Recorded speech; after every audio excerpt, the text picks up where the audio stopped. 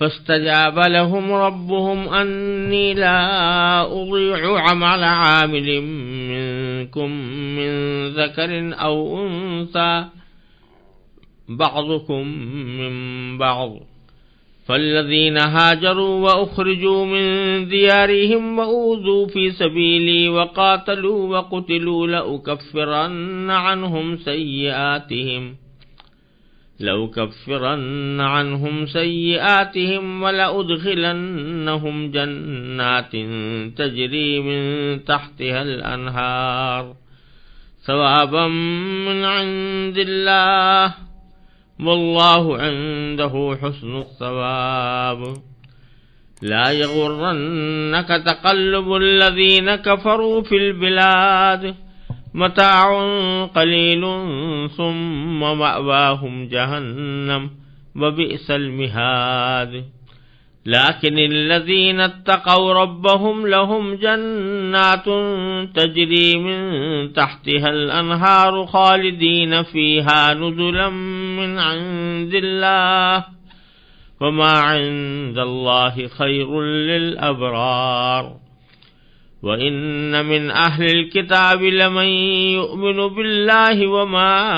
أنزل إليكم وما أنزل إليهم خاشعين لله لا يشترون بآيات الله ثمنا قليلا أولئك لهم أجرهم عند ربهم إن الله سريع الحساب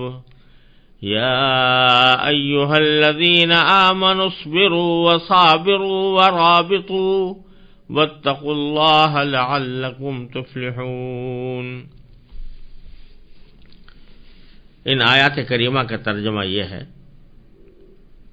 چنانچہ ان کے پروردگار نے ان کی دعا قبول کی اور کہا کہ میں تم میں سے کسی کا عمل ضائع نہیں کروں گا، چاہے وہ مرد ہو یا عورت، تم سب آپس میں ایک ہی جیسے ہو۔ لہذا جن لوگوں نے ہجرت کی اور انہیں ان کے گھروں سے نکالا گیا اور میرے راستے میں تکلیفیں دی گئیں، اور جنہوں نے دین کی خاطر لڑائی لڑی اور قتل ہوئے، میں ان سب کی برائیوں کا ضرور کفارہ کر دوں گا اور انہیں ضرور بالضرور ایسے باغات میں داخل کروں گا جن کے نیچے نہریں بہتی ہوں گی۔ یہ سب کچھ اللہ کی طرف سے انعام ہوگا، اور اللہ ہی ہے جس کے پاس بہترین انعام ہے۔ جن لوگوں نے کفر اپنا لیا ہے ان کا شہروں میں خوشحالی کے ساتھ چلنا پھرنا تمہیں ہرگز دھوکے میں نہ ڈالے۔ یہ تو تھوڑا سا مزہ ہے جو یہ اڑا رہے ہیں، پھر ان کا ٹھکانہ جہنم ہے اور وہ بدترین بچھونا ہے۔ لیکن جو لوگ اپنے پروردگار سے ڈرتے ہوئے عمل کرتے ہیں ان کے لیے ایسے باغات ہیں جن کے نیچے نہریں بہتی ہیں۔ اللہ کی طرف سے میزبانی کے طور پر وہ ہمیشہ ان میں رہیں گے، اور جو کچھ اللہ کے پاس ہے وہ نیک لوگوں کے لیے کہیں بہتر ہے۔ اور بے شک اہل کتاب میں بھی ایسے لوگ موجود ہیں جو اللہ کے آگے عجز و نیاز کا مظاہرہ کرتے ہوئے اللہ پر بھی ایمان رکھتے ہیں، اس کتاب پر بھی جو تم پر نازل کی گئی ہے اور اس پر بھی جو ان پر نازل کی گئی تھی، اور اللہ کی آیتوں کو تھوڑی سی قیمت لے کر بیچ نہیں ڈالتے۔ یہ وہ لوگ ہیں جو اپنے پروردگار کے پاس اپنے اجر کے مستحق ہیں، بے شک اللہ حساب جلد چکانے والا ہے۔ اے ایمان والو، صبر اختیار کرو،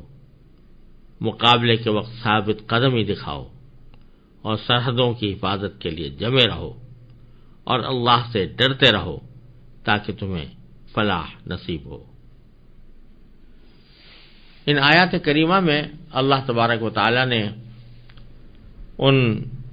مسلمانوں کی دعاؤں کی قبولیت کا ذکر فرمایا ہے جو اللہ تبارک و تعالی کی تخلیق پر غور کر کے اس پر ایمان بھی لاتے ہیں، اور اس کے نتیجے میں وہ آخرت تک بھی پہنچتے ہیں، اور اللہ تبارک و تعالی سے پکار کر بہتر انجام کی دعا کرتے ہیں، جن کی اس کی تفصیل پچھلی آیتوں میں گزری ہے۔ تو فوراً ہی اللہ تبارک و تعالیٰ نے فرمایا کہ جو ہی ایسے لوگ یہ دعا کرتے ہیں فاستجاب لهم ربهم، تو ان کے پروردگار نے ان کی دعا قبول کر لی، اور قبول کرنے کے نتیجے میں اعلان کر دیا کہ انی لا اضیع عمل عامل منکم، میں تم میں سے کسی کے عمل کو ضائع نہیں کروں گا، یعنی جو تم نے ایمان لانے کے بعد جتنے عمل کیے، جو بھی نیکیاں تم سے صادر ہوئیں، ان میں سے کوئی بھی میں ضائع نہیں کروں گا، بلکہ ہر ایک کا بدلہ دوں گا، ہر ایک کا اچھا بدلہ دوں گا، ہر ایک کا انعام دوں گا۔ اور پھر ایک بات بیچ میں اللہ تبارک و تعالی نے اور واضح فرما دی کہ من ذکر و انثی، تم نے جو عمل کیے ہیں، چاہے تم مذکر ہو، مرد ہو، یا مؤنث ہو، عورت ہو، دونوں میں عمل کے انجام اور اس کے انعام کے اعتبار سے کوئی فرق نہیں، بلکہ اگر مرد نے اچھا عمل کیا ہوگا تو مرد کو اچھا ثواب ملے گا، عورت نے اچھا عمل کیا ہوگا عورت کو اچھا ثواب ملے گا، محض اس بنا پر کہ یہ مرد ہے اس واسطے اس کو کچھ زیادہ دیا جائے، اور یہ محض اس بنا پر کہ یہ عورت ہے اس کو کم دیا جائے، یا برعکس، ایسا نہیں ہوگا، بلکہ مرد اور عورت دونوں کو ان کے عمل کے حساب سے اللہ تعالیٰ اجر عطا فرمائیں گے۔ اور پھر اس بات کو زیادہ وضاحت کے لیے فرما دیا بعضکم من بعض، تم ایک ہی جیسے تو ہو، یعنی مرد اور عورت دونوں اللہ کی مخلوق ہیں، اور دونوں انسان ہیں، دونوں میں بشریت پائی جاتی ہے، لہذا دونوں ایک جیسے ہیں۔ لفظی معنی اس کے ہوئے کہ بعضکم من بعض، تم میں سے کچھ دوسرے کے جز ہیں، دوسرے کا حصہ ہیں، اور یہ اپنی ابتدا کے اعتبار سے بھی یہ لفظی ترجمہ بھی بالکل واقعے کے مطابق ہے، کیونکہ حضرت آدم علیہ السلام ہی کے جز سے حضرت حوا کو پیدا کیا گیا تھا، تو اس کی طرف بھی اشارہ ہے۔ لیکن محاورے میں جب بعضکم من بعض کہتے ہیں تو اس کا مطلب یہ ہوتا ہے کہ وہ دونوں ایک جیسے ہیں، دونوں کے احکام ایک جیسے ہیں۔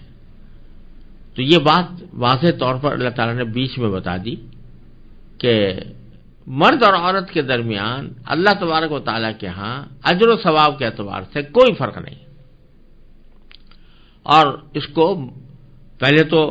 من ذکر و انثی کہہ کر یہ بات واضح کی، پھر بعضکم من بعض کہہ کر ایک اصولی بات بتا دی کہ چونکہ تم ایک جیسے ہو، لہذا یہ کوئی ایک کو کوئی دوسرے پر کوئی فوقیت اپنی ذات کے اعتبار سے، اجر کے اعتبار سے حاصل نہیں ہے۔ یہ اصل میں اس معاشرے میں یہ اعلان کیا جا رہا ہے جہاں عورت کو انتہائی گھٹیا اور ذلیل مخلوق سمجھا جاتا تھا۔ اگر کسی کے یہاں لڑکی پیدا ہو گئی تو وہ ماتم کرتا تھا کہ ہائے میرے ہاں لڑکی ہو گئی، اور لڑکیوں اور عورتوں کو کوئی حقوق کسی قسم کے دینے کے لیے کوئی روادار نہیں تھا، بلکہ اگر کوئی شخص عورتوں کے حقوق کی بات کرتا تو اس کا مذاق اڑایا جاتا تھا۔ اس ماحول میں اللہ تبارک و تعالیٰ نے مرد و عورت کے درمیان اجر و ثواب کے اعتبار سے اور عام معاشرتی حقوق کے اعتبار سے مساوات کا ایک عظیم اعلان اس موقع پر فرمایا جب معاشرہ جاہلیت میں ڈوبا ہوا تھا۔ فرمایا بعضکم من بعض، تم سب ایک جیسے ہی ہو، لہذا مرد ہو یا عورت جیسا عمل کرے گا اس کا ویسا ہی بدلہ اس کو انشاءاللہ آخرت میں ملے گا۔ پھر آگے اللہ تبارک و تعالیٰ نے ان نیک بندوں کی جو اللہ تبارک و تعالیٰ کی تخلیق پر غور کر کے آخرت تک پہنچتے ہیں، ان کے کچھ نیک اعمال بیان فرمائے ہیں، اور خاص طور سے یہ صحابہ کرام کا ذکر ہے۔ وہ صحابہ کرام جنہوں نے مکہ مکرمہ سے اللہ کی خاطر ہجرت کی، اور پھر اس کے بعد مدینہ منورہ کے اندر آنے کے بعد بھی اللہ تبارک و تعالیٰ کے دین کی نصرت کے لیے اپنی جد و جہد جاری رکھی، تو ذکر ہے ان کا۔ فرمایا فالذین ہاجروا، لہذا جن لوگوں نے ہجرت کی. اب ہجرت کے لفظی معنی یہ ہوتے ہیں، لفظی بھی اور اصطلاحی بھی معنی یہ ہوتے ہیں کہ ایک آدمی کسی ایسے ملک میں آباد ہے جہاں کافروں کا تسلط ہے اور وہاں وہ اپنے دین کے احکام پر عمل نہیں کر پا رہا، اس کو سختیوں کا سامنا کرنا پڑ رہا ہے، غیر مسلم لوگ اسے دین پر چلنے سے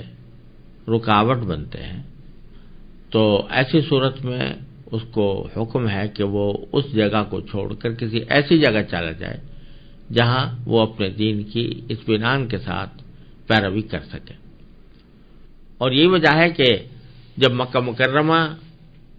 میں قریش کے لوگوں نے اسلام لانے والوں پر زمین تنگ کی اور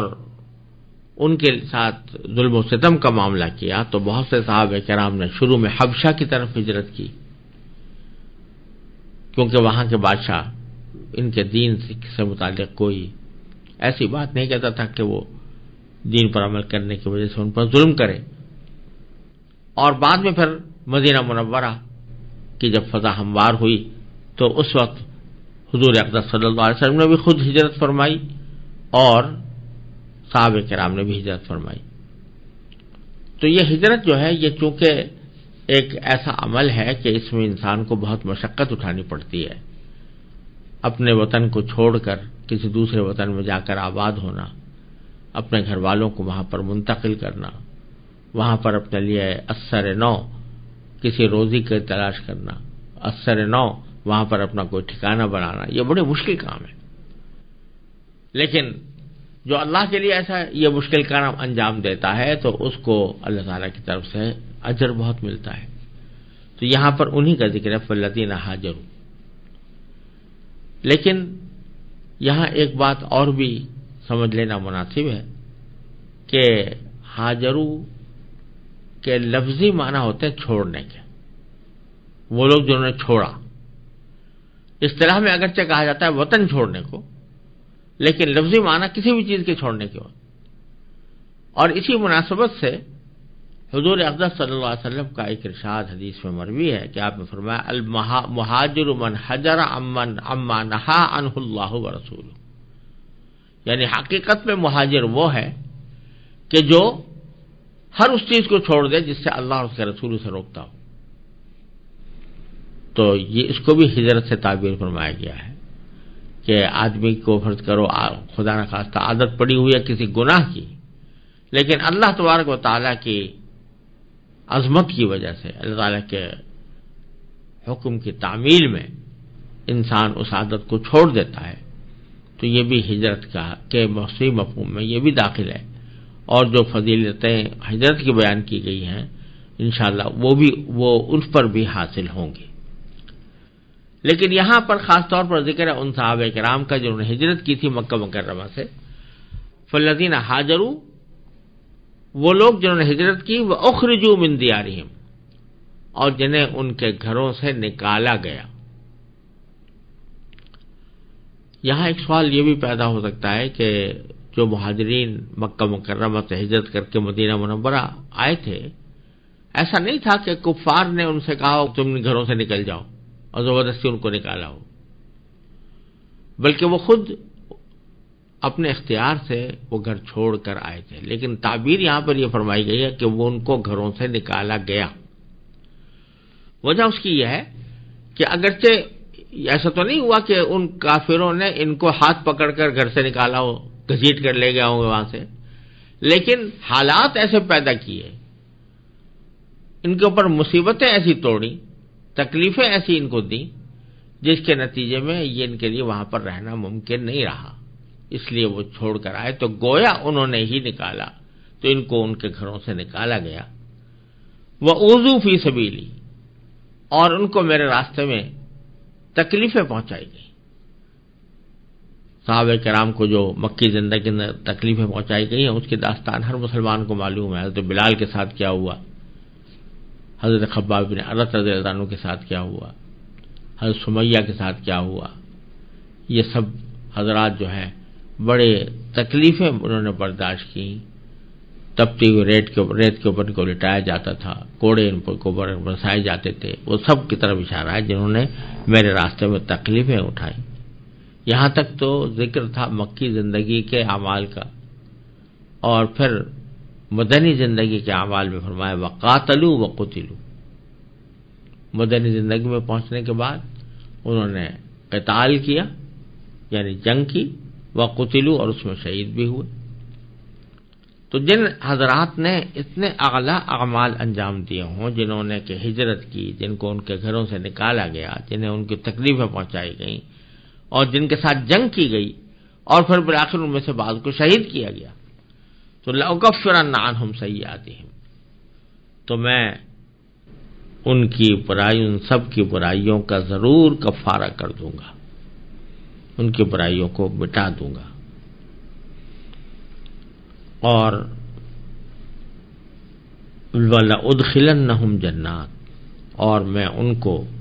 ضرور بالضرور ایسے باغات میں داخل کروں گا کہ تجری من تحتہا الانہار، جس کے نیچے سے نہریں بہتی ہوں گی۔ اس میں بھی دو باتیں قابل ذکر ہیں، اور ان کو سمجھ کر آگے بڑھنا چاہیے۔ وہ یہ کہ یہ سچے اور پکے مخلص مسلمانوں، اور خاص طور سے صحابہ کرام کا بیان ہو رہا ہے، اور ان کے وہ اوصاف بیان فرمائے جا رہے ہیں جو انہوں نے کائنات کے حقائق پر غور کرنے کے بعد، آخرت کی فکر رکھنے کے بعد جن اعمال کو اختیار کیا، اور جن کو اللہ تعالی نے قبول کر کے ان کو جنت میں داخل کرنے کا وعدہ فرمایا۔ لیکن جو اعمال یہاں پر بیان کیے گئے ہیں، ان کے اوپر اگر ایک نظر ڈالی جائے تو وہ اس میں جو عام طور سے جو عبادات ہوتی ہیں، نماز، روزہ، زکوٰۃ، حج وغیرہ، اس کا ذکر نہیں ہے، بلکہ ذکر ہے ہجرت کا، گھروں سے نکالے جانے کا، اور اللہ کے راستے میں تکلیفیں پہنچائے جانے کا، جہاد کا، اور پھر شہید ہونے کا۔ اگر دیکھا جائے تو یہ ساری چیزیں یا سارے اعمال جن کا ذکر قرآن کریم نے فرمایا ہے، یہ مسلمانوں کی اجتماعی زندگی سے تعلق رکھتا ہے۔ جب مسلمان بحثیت مجموعی کسی جگہ ظلم و ستم کا شکار ہوتے ہیں تو پھر ان کو ہجرت کرنی پڑتی ہے، اور جب کہیں اجتماعی طور پر مغلوب ہوتے ہیں، اقلیت میں ہوتے ہیں، وہاں پر ان کو تکلیفیں پہنچائی جاتی ہیں، اور جب اللہ تبارک و تعالیٰ ان کو قوت عطا فرماتے ہیں، جنگ کی طرح صلاحیت پیدا ہو جاتی ہے، تو پھر وہ قتال بھی کرتے ہیں اور پھر مقتول بھی ہوتے ہیں۔ تو اس سے یہ بظاہر معلوم ہو رہا ہے کہ حضرات صحابہ کرام رضی اللہ تعالیٰ عنہم کی جو عظیم فضیلت آئی ہے، وہ صرف ان کی انفرادی عبادتوں کی بنیاد پر نہیں ہے، بلکہ انہوں نے اجتماعی طور پر جو عبادتیں انجام دیں اور اجتماعی طور پر جو تکلیفیں اور اذیتیں اٹھائیں، ان کی اللہ تعالیٰ کے ہاں بڑی قدر ہے۔ تو اس سے یہ بھی معلوم ہو رہا ہے کہ انفرادی عبادت اپنی جگہ بے شک بڑی عظیم چیز ہے، اور کوئی بھی مسلمان اس سے مستغنی نہیں ہو سکتا، اور کوئی اس کی اہمیت سے انکار نہیں کر سکتا۔ لیکن اجتماعی عبادتیں جس کا فائدہ پوری امت کو پہنچے، جس کا فائدہ بحثیت مجموعی مسلمانوں کے عظیم گروہ کو پہنچے، وہ ایسی ہیں کہ زیادہ قابل تعریف بھی ہیں، اور اللہ تعالیٰ کے ہاں ان کا اجر و ثواب بھی زیادہ ہے۔ دوسری بات جو اس میں قابل ذکر ہے وہ یہ کہ اتنے اچھے اعمال بیان کرنے کے بعد، اتنے سارے اعمال، اچھے اعمال بیان کرنے کے بعد جو صلہ بیان کیا گیا، اس میں پہلے فرمایا لأکفرن عنہم سیئاتہم، میں ان کی برائیوں کا کفارہ کر دوں گا۔ بے شک اس کے بعد جنت میں داخل کرنے کا بھی ذکر ہے، لیکن پہلی بات جو کی ہے وہ یہ ہے کہ ان کے سیئات کا کفارہ کر دوں گا، ان کی برائیوں کو مٹا دوں گا، یہ پہلے کہا۔ اس سے بعد یہ معلوم ہوئی کہ انسان کتنے بھی اعلی مقام تک پہنچ جائے اور کیسے ہی نیک اعمال کر لے، لیکن وہ سیئات سے خالی نہیں ہوتا، کچھ نہ کچھ برائیاں اسے سرزد ہوتی ہیں، کچھ نہ کچھ خطائیں اس سے سرزد ہوتی ہیں، اور کچھ نہیں تو کم از کم یہی بات کہ وہ اللہ تبارک و تعالیٰ کی عبادت کا پورا حق ادا نہیں کر سکا، یہی بات اس کے لیے ایک سیئہ کی سی حیثیت رکھتی ہے۔ تو اس لیے اللہ تبارک و تعالیٰ کا ثواب حاصل کرنے اور جنت حاصل کرنے کے لیے پہلے لازمی شرط یہ ہے کہ جو سیئات اس سے سرزد ہوئی ہیں یا جو کوتاہیاں اس سے ہوئی ہیں، ان کوتاہیوں کو پہلے معاف کیا جائے، تب وہ جنت میں داخل ہوگا۔ لہذا فرمایا کہ انہوں نے یہ اعمال تو بڑے اچھے انجام دیے، لیکن ان اچھے اعمال کے ساتھ جو کوئی کوتاہیاں لگ گئی تھیں، ہم پہلے اس سے ان کو پاک صاف کر دیں گے کفارہ کر کے، اور پھر ہم ان کو جنت میں داخل کریں گے۔ اس سے یہ بات سبق مل رہا ہے کہ کوئی انسان کتنی ہی عبادت کر لے، کتنے ہی اچھے کام کر لے، لیکن اس کو ساتھ ساتھ اللہ تبارک و تعالیٰ سے اپنی مغفرت کی اور اپنے سیئات کے کفارے کی دعا ضرور کرتے رہنا چاہیے، کہ کہیں ایسا نہ ہو کہ اس کی کوئی کوتاہی ایسی آ جائے جو اس کے نیک اعمال کے اوپر بڑھ جائے، اس کا وزن بڑھ جائے اور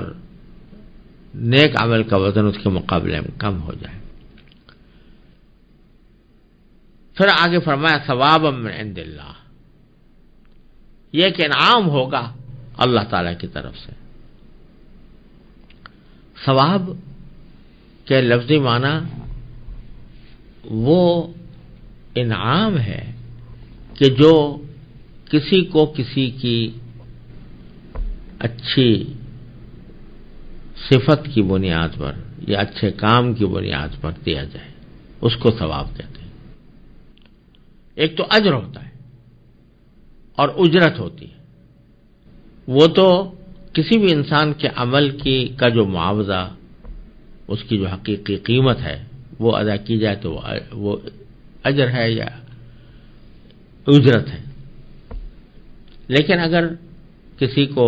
اس کے عمل کے بنا پر اس کے استحقاق سے بھی زیادہ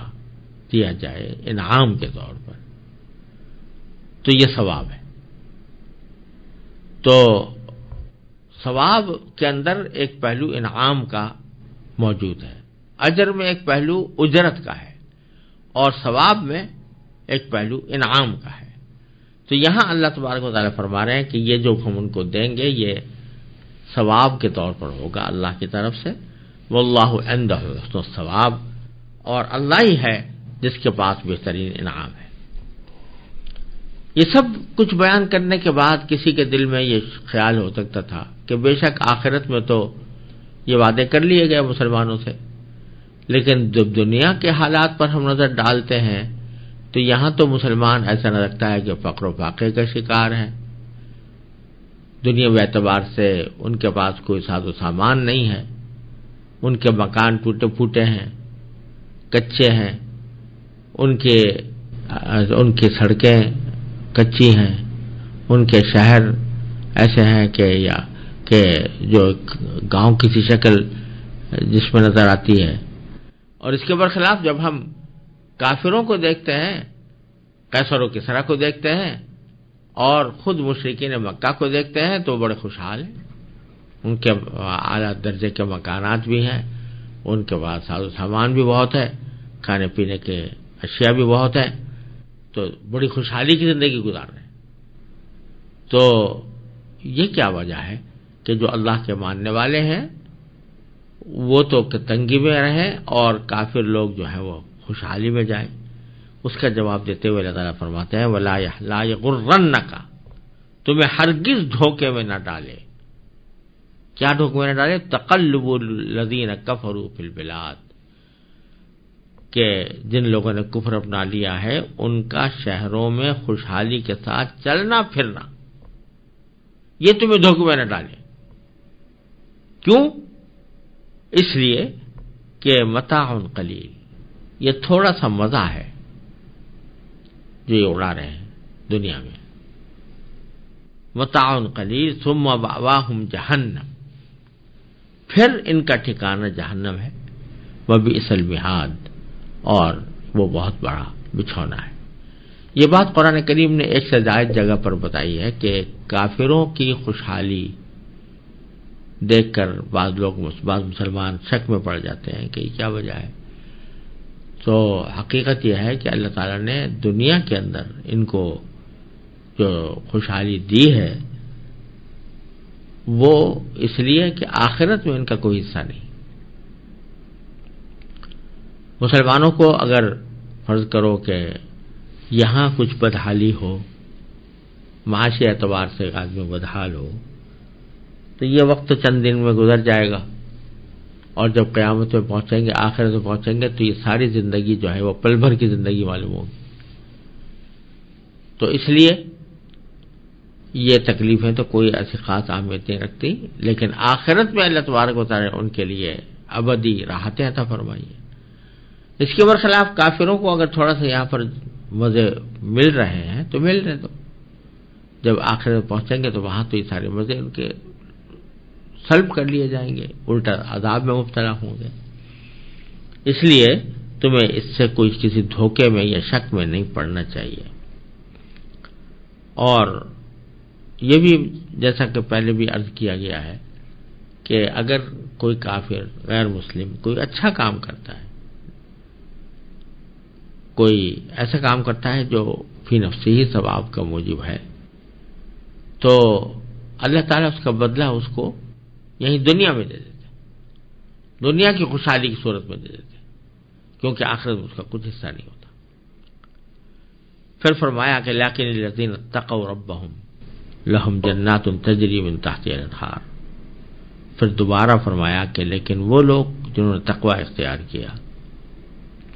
کافروں کے مقابلے میں، تو لہم جنات تجری، ان کے لیے ایسے باغات ہیں تجری من تحتہا الانہار، جس کے نیچے سے نہریں بہتی ہوں گی، خالدین فیہا، یہ ہمیشہ اسی میں رہیں گے.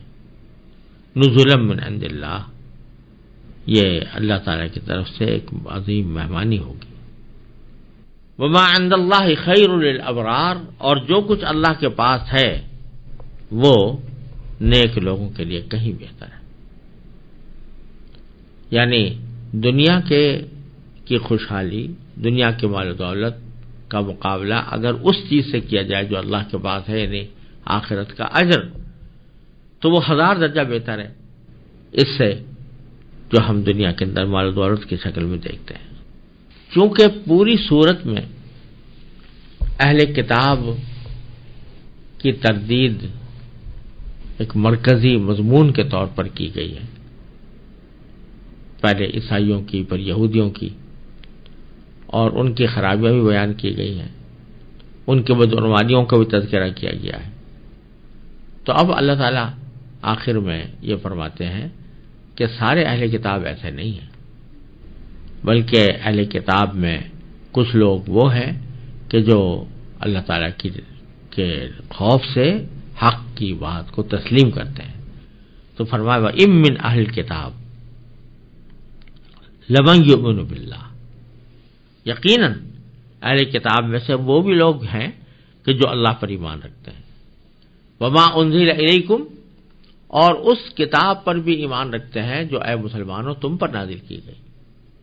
وَمَا أُنزِلَ إِلَيْهِمْ،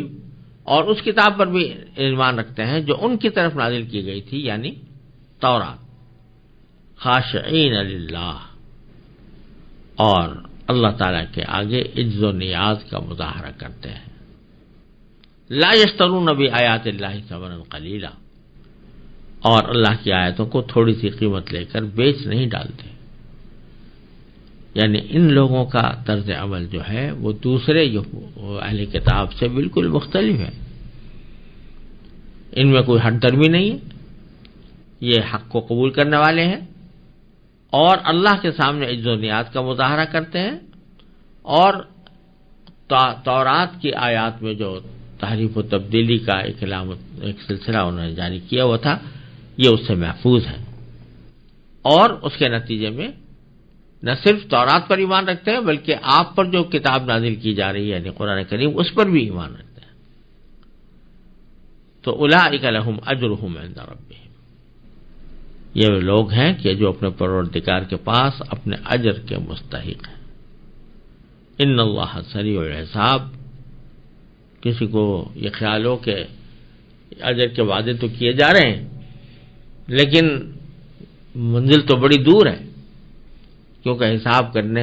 خود حساب کرنے کا جب مرحلہ آئے گا اور پدموں انسانوں کا حساب کتاب سن کی ساری زندگی کا کرنے میں کتنا وقت لگے گا، تو اللہ تعالیٰ اس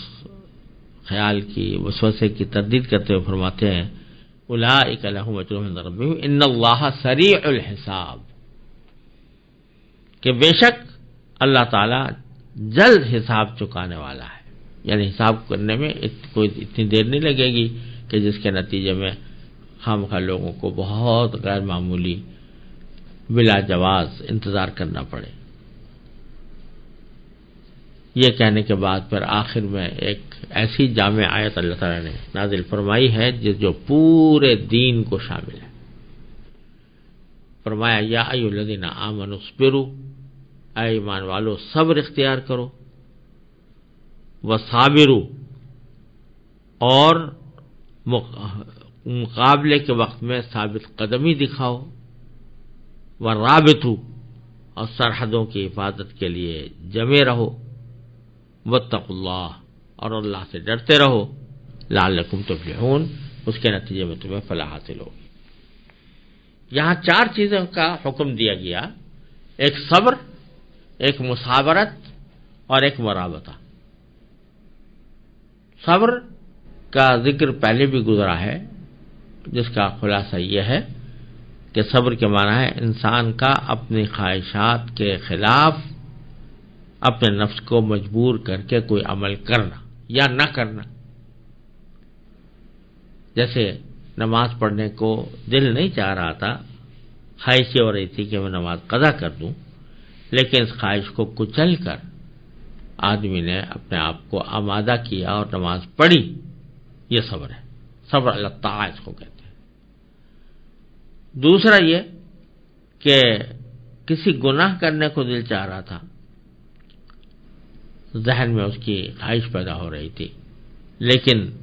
آدمی نے اس خواہش کو کچل کر اپنے آپ کو گناہ سے بچا لیا،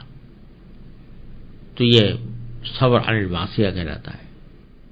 تیسرا یہ کہ انسان کو کوئی تکلیف پیش آئی، کوئی پریشانی لاحق ہوئی، اس پر اللہ تعالیٰ کی تقدیر کا شکوہ کرنے کا خیال آیا الیاذ باللہ، لیکن آدمی نے اس خیال پر عمل نہیں کیا بلکہ اللہ تعالیٰ کی تقدیر پر آدمی راضی رہا، تو یہ صبر علی المصیبہ اس کو کہتے ہیں۔ تینوں چیزوں کو یہ جامع ہے، اور صبر کی بڑی فضیلت قرآن کریم میں جگہ جگہ بیان فرمائی، انما یوفی الصابرون اجرہم بغیر حساب، اور جنت جو ہے وہ در حقیقت صبر ہی کا صلہ ہے، وجزاہم بما صبروا جنتا وحریرا، سورہ زہر میں فرمایا گیا۔ تو ایک تو حکم دیا ہے صبر کا، دوسرا صابرو، صابرو کے معنی مصابرت سے نکلا ہے، اس کے معنی اصل میں ہوتے یہ ہیں کہ آدمی کسی مقابلے کے وقت میں ثابت قدمی دکھائے، دشمن سے مقابلہ ہو گیا تو اسے پیٹ پھیر کر نہ بھاگے بلکہ ثابت قدمی دکھائے، اس کو مصابرہ کہتے ہیں۔ اور ساتھ میں بعض حضرات نے یہ بھی کہا ہے کہ مصابرہ جو ہے یہ صبر کا مبالغے کا صیغہ ہے، یعنی صبر تو ہے ہی بہت اچھی چیز اور اس کا حکم دیا گیا ہے، لیکن آگے بڑھ کر صبر کی ایک اعلیٰ درجے کی کیفیت کو حاصل کرنا، اس کو مصابرت کہتے ہیں، اس کا حکم دیا گیا ہے کہ وہ حاصل کرو، یعنی رفتہ رفتہ اپنے صبر کی صفت کو بڑھاتے چلے جاؤ تاکہ اس میں مبالغہ پیدا ہو جائے، یہ معنی بھی ممکن ہے۔ اور تیسری چیز فرمائے ورابطو، کہ سرحدوں کی حفاظت کے لیے جمے رہو۔ یہ رباط کا لفظ قرآن کریم میں بھی اور احادیث میں بھی بہت سی جگہوں پر آیا ہے۔ اس کے اصل معنی اصل میں رباط نکلا ہے ربط سے، ربط کے معنی ہوتے ہیں باندھنا، تو اصلی معنی تو باندھنے کے ہیں، لیکن عام طور سے رباط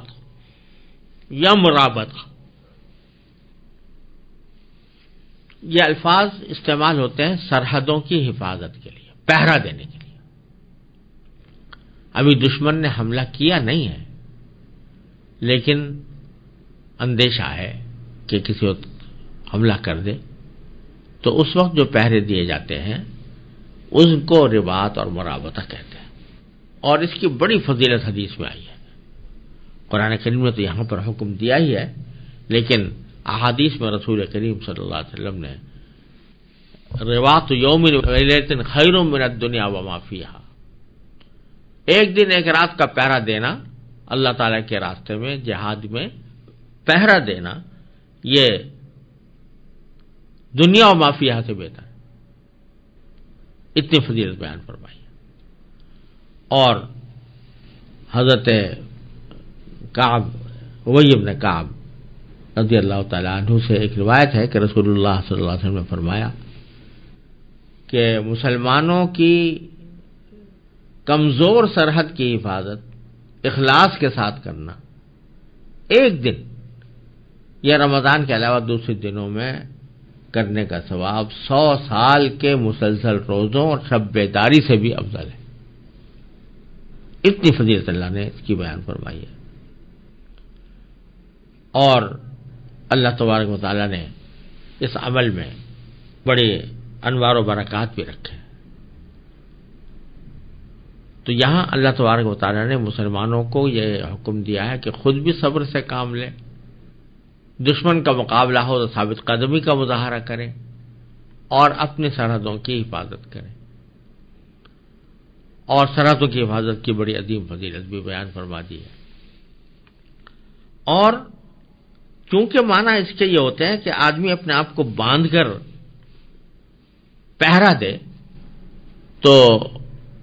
اس سے ایک اور مفہوم کی طرف بھی اشارہ ہوتا ہے، اور وہ یہ کہ انسان اپنے نفس کو باندھ کر اپنے نفس اور شیطان کے حملوں سے پہرا دے کہ ورنہ وہ اس کے اوپر حملہ نہ کر سکے۔ کوئی ایک طرح سے جغرافیائی سرحدوں کے ساتھ انسان کی ایمانی سرحدوں کی حفاظت کرے، تو اس کو بھی رباط میں شامل کیا جا سکتا ہے۔ اور بعض ایسے افعال کو بھی احادیث میں رباط کہا گیا ہے کہ جو انسان کے نفس پر شاق گزرتے ہیں، مشکل معلوم ہوتے ہیں، لیکن انسان اللہ تعالیٰ کی خوشنودی کی خاطر ان کو انجام دیتا ہے، تو اس کو بھی حدیث میں رباط فرما دیا گیا ہے۔ مثلا حدیث میں ہے کہ کوئی شخص ایسے حالت میں وضو پورا کرے جبکہ وضو کرنے میں انسان کو بہت سخت تکلیف ہو رہی ہو، فرض کیجیے سردی پڑ رہی ہے، برفانی ہوائیں چل رہی ہیں اور پانی برف کی طرح ٹھنڈا ہے، اور اس وقت میں آپ کو وضو کرنے کی نوبت آ جاتی ہے، تو یہ وضو جو اس حالت میں کیا جا رہا ہے، الوضوء المکارہ سے اس کو تعبیر کیا گیا، جبکہ وضو کرنا بہت ناگوار ہوتا ہے، اس وقت میں آدمی نے وضو کیا، تو اس کو بھی حدیث میں رباط یعنی رباط کے حکم میں قرار دیا گیا ہے، جس سے یہ معلوم ہوتا ہے کہ یہ فضیلت جو رباط کی بیان فرمائی گئی ہے، یہ ہر اس عمل کے اندر بھی فی الجملہ حاصل ہو سکتی ہے کہ جس میں انسان اپنے نفس کے اوپر کوئی زبردستی کر کے کوئی طاعت انجام دے یا کسی معصیت سے اپنے آپ کو روکے۔ اور پھر سب کا خلاصہ آخر میں فرمایا واتقوا اللہ، اور اللہ سے ڈرو، یعنی تقوی اختیار کرو۔ تقوی کی بھی تفصیل متعدد آیتوں میں پہلے گزر چکی ہے، اور ان سب کا انجام بتلایا کہ لعلکم تفلحون، تاکہ تم فلاح پاؤ، تمہیں فلاح نصیب ہو۔ اور فلاح بھی ایسا کلمہ ہے کہ جس میں دنیا اور آخرت دونوں کی بہتریوں کی تمام صورتیں اس میں داخل ہو گئی. تو جب ہم یہ دعا مانگتے ہیں کہ اللہ ہمیں فلاح عطا فرما،